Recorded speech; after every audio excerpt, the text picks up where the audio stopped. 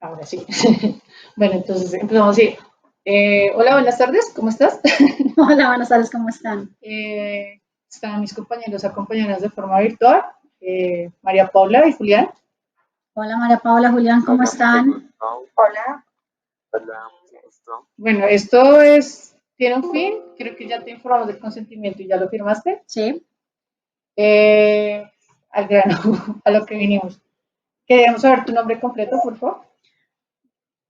completo, completo. Bueno, no tu nombre. Mentira, no, no, mi nombre es Paola Villalba. Ok, ¿qué edad tienes? Puedes hacer una aproximación. Mentira, no, 41 años. Ok, ¿a qué te dedicas? Eh, Soy psicóloga. En este momento, pues digamos que soy psicóloga, soy gerente de gestión humana en una compañía de investigación de mercados y consultoría. Pero ahorita desde hace un año sigo siendo la gerente de gestión humana, pero estoy en un tema de proyectos especiales que maneja mi compañía, los estoy liderando yo. ¿Tu fecha de nacimiento? Septiembre 17 del 79, hagamos las Es cuentas. que es el requisito. No, septiembre 17, ¿Y tu lugar de residencia? Mosquera. Eso estuvo genial.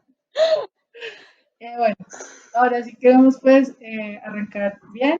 Bueno, queríamos saber, tú en la parte de lo que estás trabajando, pues estás como ligado a algún enfoque que estés como de la psicología que estés aplicando.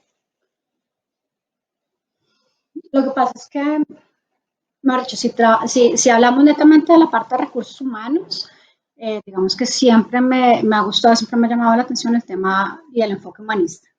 ¿No? Entonces me enfoco más por el tema humanista. Sin embargo, digamos que si nos vamos como a todas las teorías y todo eso que le enseñan ahora en la universidad, desde la parte organizacional, uno se basa también mucho en un tema conductual, ¿no? Okay. Tema conductual de estímulo-respuesta, que digamos que todo esto uno lo va uniendo a todo lo que es un proceso de desarrollo, desempeño y formación de las personas. Gracias. La siguiente pregunta que tenemos es, pues, ¿en qué campo de la psicología laboras? Creo que también nos acabas de responder eso. Recursos humanos. Eso es organizacional. Organizacional. Uh -huh. Okay. ¿Cuánto tiempo tienes de experiencia en este campo? Uy, en recursos humanos llevo ya como 20 años más o menos. Okay. No te preocupes. eh, ¿Cómo puedes definir la entrevista desde tu campo? Bueno, la entrevista indiscutiblemente desde la parte de recursos humanos, pues es la herramienta fundamental para uno, primero, acercarse y segundo, conocer al posible candidato o a la posible persona que va a entrar a ser parte de tu organización a desempeñar algún rol. Entonces, digamos que es una eh, de esos primeros momentos importantes dentro de una organización, que es donde tú identificas si esos candidatos o esas personas que están postulándose para alguna vacante son el candidato ideal que tú necesitas para tu compañía. La es una herramienta súper en pocas palabras. Sí, ¿Sí? es la inicial para muchos procesos dentro de la compañía. Y así, entonces, ¿cómo lo aplicas en tu campo? ¿Cómo aplicas esta entrevista? Dentro del proceso de selección, digamos que digamos que no es la primera fase, es la segunda fase del proceso de selección que yo tengo estructurado en mi compañía.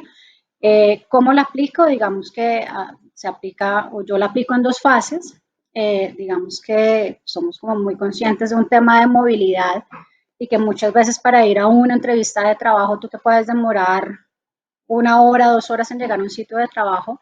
Entonces, lo que realmente nosotros o lo que yo hago es, inicialmente tengo un acercamiento virtual con la persona, esto lo hago desde antes, incluso de este tema de la pandemia.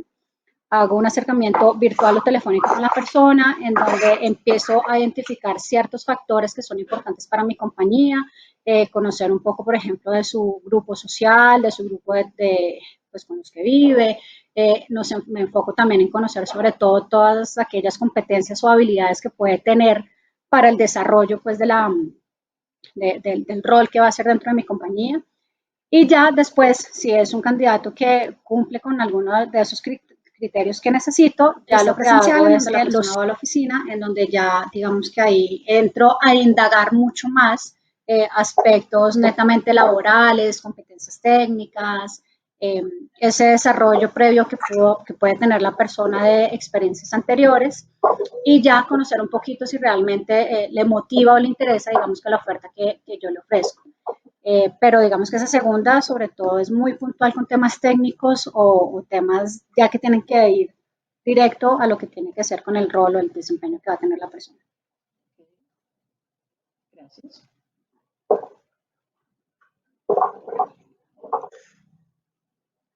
Bueno,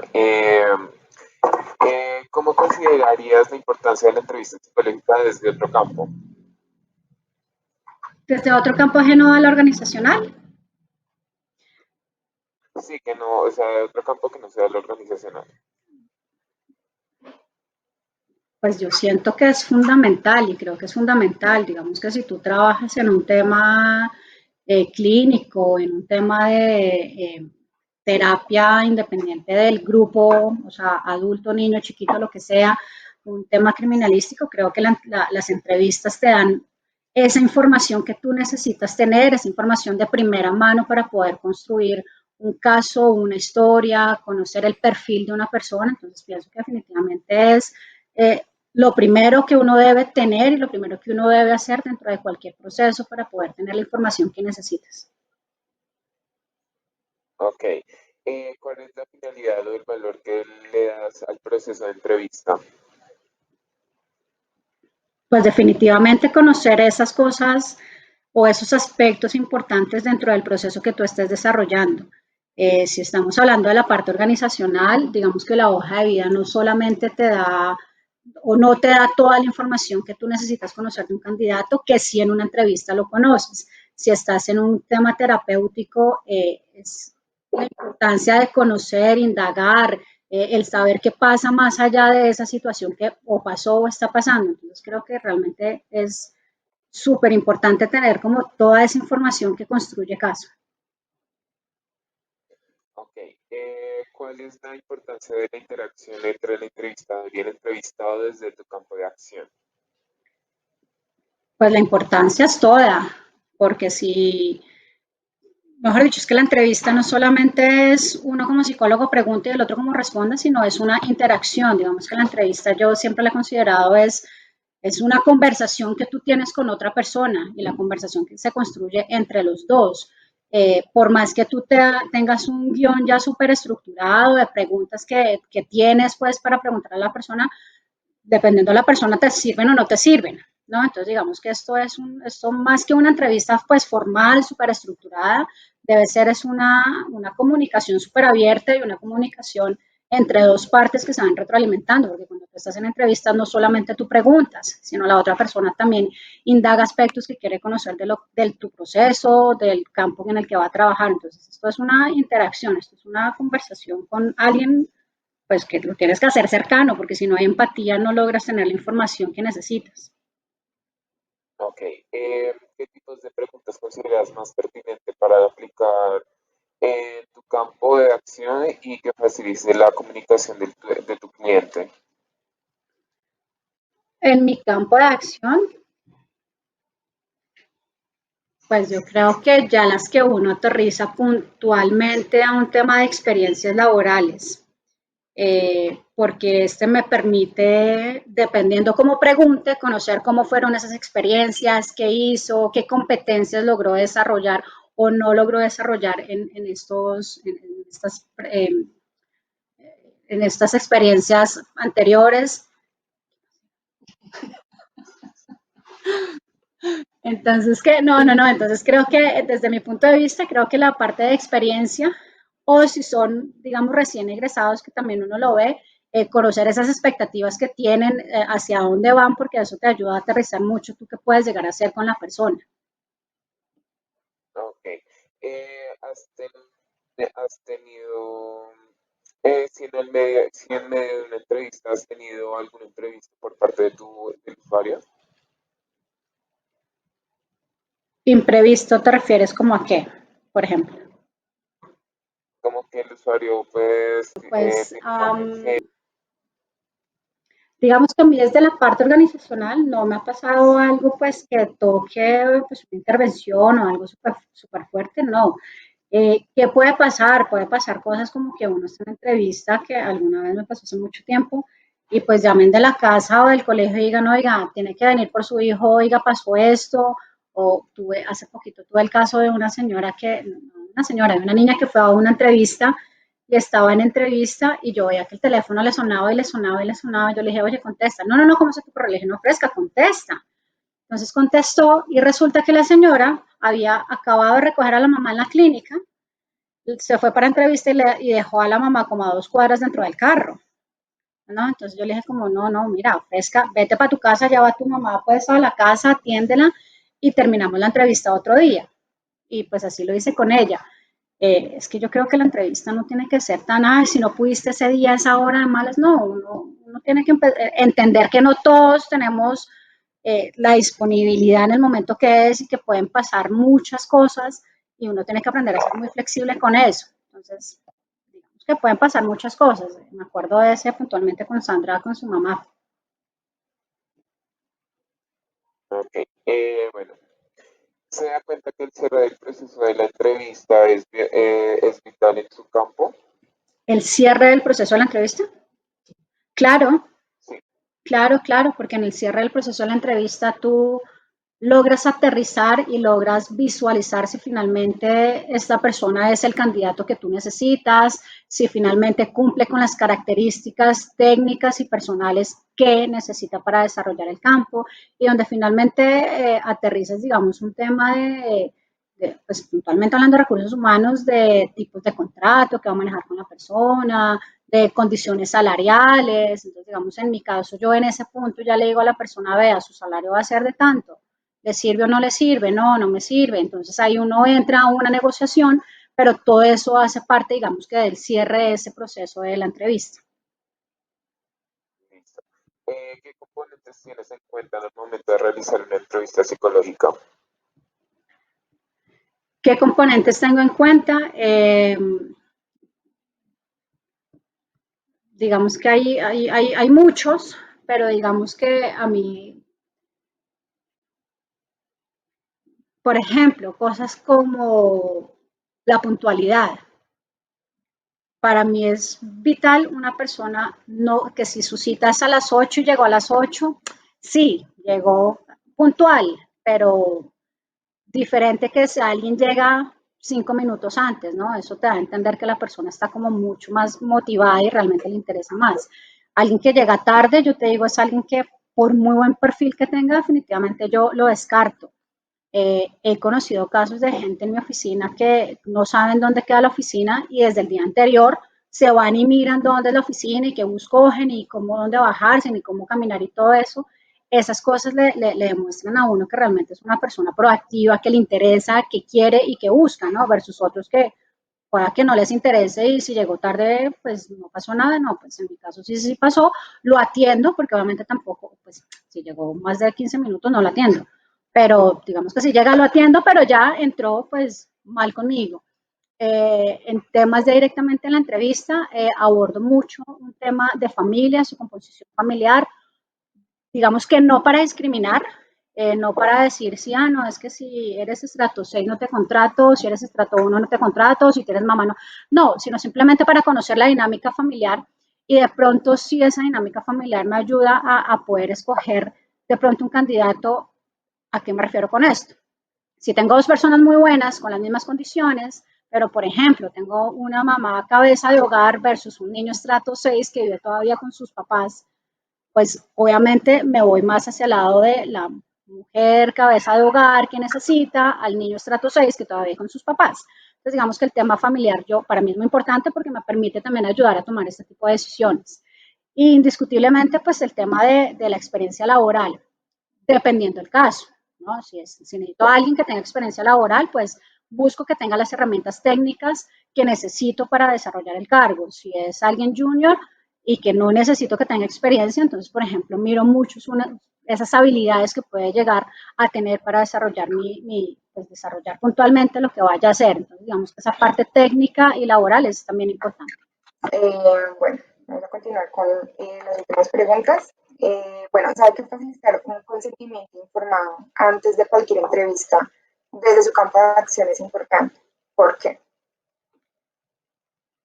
El consentimiento, pues realmente el consentimiento informado, pues no sé cómo lo estén viendo ustedes, pero realmente es que eso ya es ley nacional. Eso es por un tema de habeas data.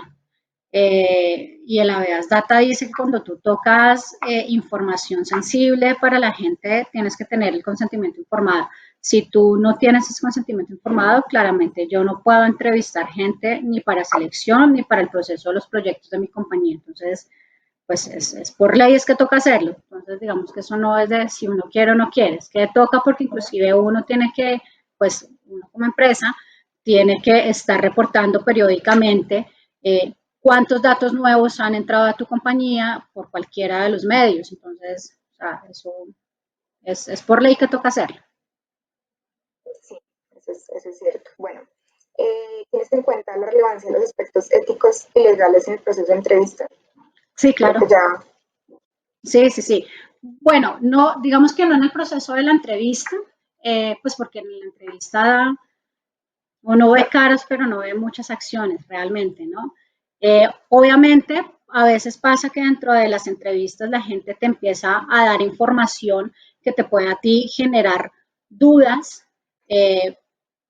o inquietudes, y lo que yo hago es, una vez termine, y si es la persona que me sirve por pruebas, por proceso y por todo, yo sí hago una verificación telefónica, pero digamos que esto es muy seguido después de la entrevista, ¿no? Y en estas referencias, pues lo que yo hago es, si me genero dudas, indagar sobre esas dudas, y muchas veces, pues es que ya uno tiene un ojo crítico y identifica cuando algo uno dice, acá hay algo que no me suena muy bien. Entonces cuando uno llama a hacer la validación de referencias, pues toma que te dicen, no, sí, él trabajó con nosotros, pero nos tenemos a dar referencias. Bueno, ya sabes que algo pasó ahí, que eso tú lo detectas en la entrevista, pero lo terminas realmente de validar y de concluir es con la verificación de referencias. Ok.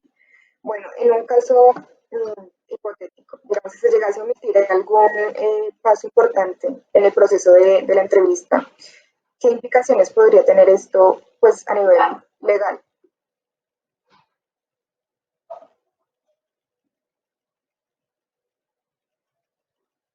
Si llegara yo a contratar a la persona ya después de la entrevista, dices. No, si se llegase a omitir algún paso importante dentro del proceso de entrevista. Ah, pues, pero es que ¿qué más podría haber? Sí, pues no, si la persona no me llega a firmar consentimiento informado, pues digamos que eso es un problema para mí. No creo que la persona demande, porque realmente si la persona está detrás de un puesto, pues no va a ir a atacar pues a donde se está presentando. Lo que pasa es que el problema después es que la superintendencia le puede pedir a un reporte, de pronto uno reporta mal, pero yo creo que más allá, por ejemplo, de que se me olvidó firmar el consentimiento informado, pues no creo que haya nada. Desde la parte de recursos humanos, ¿no? Sí, ¿qué puede pasar? Ay, se me olvidó firmárselo ahorita, pero es un candidato que va a seguir. Bueno, pues cuando venga a pruebas lo pongo a que lo firme. ¿Sí me entiendes? Pero creo que desde recursos humanos, no, en ese momento de entrevista no hay muchos riesgos a nivel laboral, ni a nivel pues de que tenga que uno pensar en un abogado o en algo. Ok, bueno. También en un caso hipotético, pues en el futuro, si se llegase a cometer una falta ética dentro del proceso de entrevista, ¿esto cómo afectaría de pronto como la comunicación o la relación que hay entre entrevistador y entrevistado? Si se comete una falta ética. Sí, claro, eso se afecta. Eso se afecta porque muchas veces en las entrevistas la gente le cuenta a uno información muy sensible, información confidencial, que digamos que uno como entrevistador en ese momento necesita conocer, y claro, eso sí puede llegar a tener un tema legal muy fuerte en contra mía, por yo violar, digamos que esa privacidad de la persona que me vio en su momento. Y claro, digamos que eso puede tener repercusión, me pueden llegar a quitar mi licencia, puedo llegar pues obviamente si la persona se siente muy vulnerada, pues puede demandar a la empresa. Entonces es la demanda de la empresa, todo el proceso disciplinario que empezaría para la empresa y que obviamente después recaería en mí, pues obviamente eso puede llevarme a mí hasta la pérdida de mi trabajo e inclusive de mi tarjeta profesional. Ok, eso es importante. Bueno, hay otra pregunta también. Bueno, ¿en cuál situación crees tú que sería conveniente romper de pronto el secreto profesional? Yo creo que ya cuando definitivamente pones en riesgo vidas, ¿no? Cuando la vida de alguien de tu grupo donde trabajas, o la vida incluso de la misma persona, o la vida incluso de la familia, yo creo que ahí sí se rompe, mejor dicho, yo creo que ahí sí asumiría el riesgo de avisar, reportar para poder evitar, digamos, que pérdida de una vida. Creo que, para mi punto de vista, creo que sería como en el único momento. El resto de las cosas creo que por temas legales se podrían trabajar, por procesos internos se podrían trabajar, pero creo que cuando estamos hablando de la vida de alguien, ahí sí romperíamos ese. Sí, no, ahí sí no, eso no. El secreto Sí, profesional. ahí sí, ese sí no, mejor dicho, no lo dudaría. Ok, bueno, y ya, pues la última pregunta. Si tú estuvieras desde otro campo de acción, de pronto diferente al de recursos humanos o lo organizacional, ¿cómo crees que sería la entrevista? ¿Qué cambiaría tal vez? No, pues cambiaría todo porque definitivamente tú las entrevistas, o sea, mejor dicho, lo que yo quiero que entiendan es, no hay una entrevista estructurada, no es que ustedes salgan de la universidad y uno entre a trabajar y le digan, tome acá está la entrevista con las preguntas que usted tiene que hacer.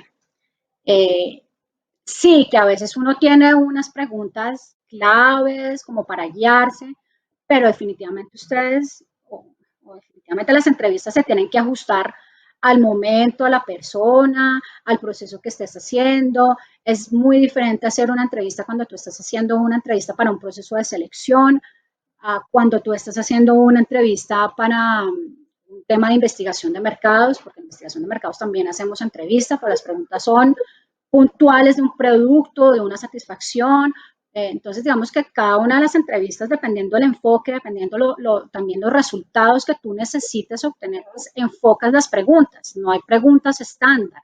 Hay guías de preguntas que te ayudan a poderle dar un hilo conductor a esa entrevista. Cuando tú estás en un tema terapéutico, pues, ¿qué te va a importar en qué trabaja la persona? Bueno, mentira, sí te importa, ¿no? Porque ese puede ser un detonante de lo que esté pasando con la persona.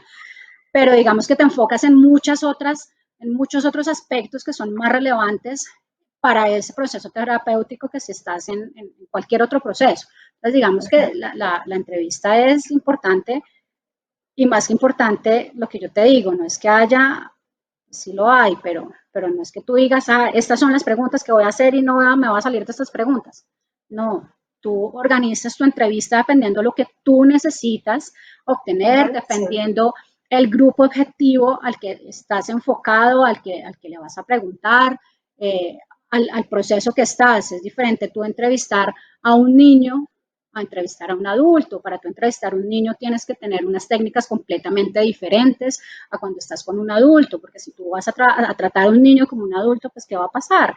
Que si no logras de primer paso tener la empatía con el niño, pues el niño no se va a soltar contigo, el niño no te va a dar la información, el niño no te va a colaborar. Entonces, ahí sí lo que le dicen, no, en la universidad, uno tiene que aprender a ser empático con la gente y la empatía no es la misma con un niño, con un adulto, cuando estás en un proceso de selección, cuando estás en un proceso de investigación, cuando estás en un proceso terapéutico, no, esto uno tiene que, lo que le dicen a uno, ponerse en los pies del paciente para así mismo poder hacer las preguntas, para así mismo poder estructurar ese proceso y poder tener obviamente una entrevista que te cumpla con los objetivos que tú necesitas dependiendo el enfoque, el proceso o en lo que estés.